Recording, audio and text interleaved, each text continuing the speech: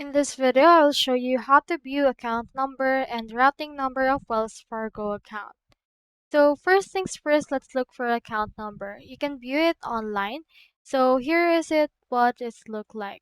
So this from an article from Wells Fargo itself. You can head over and click on this account and you can expand in order to see your account number.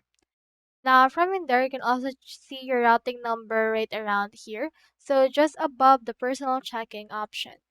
So here is what it looks like. Here's your personal check-in. You can click on this routing number and you can see in here the routing number that you have for the wire transfer as well as the electronic payment options right there. So you can just utilize those two right here in order to view your routing and account numbers. You can also see it on your check. It will be actually around the transit number, and here is the account number option on the personal check. And into the business check, it's around these parts.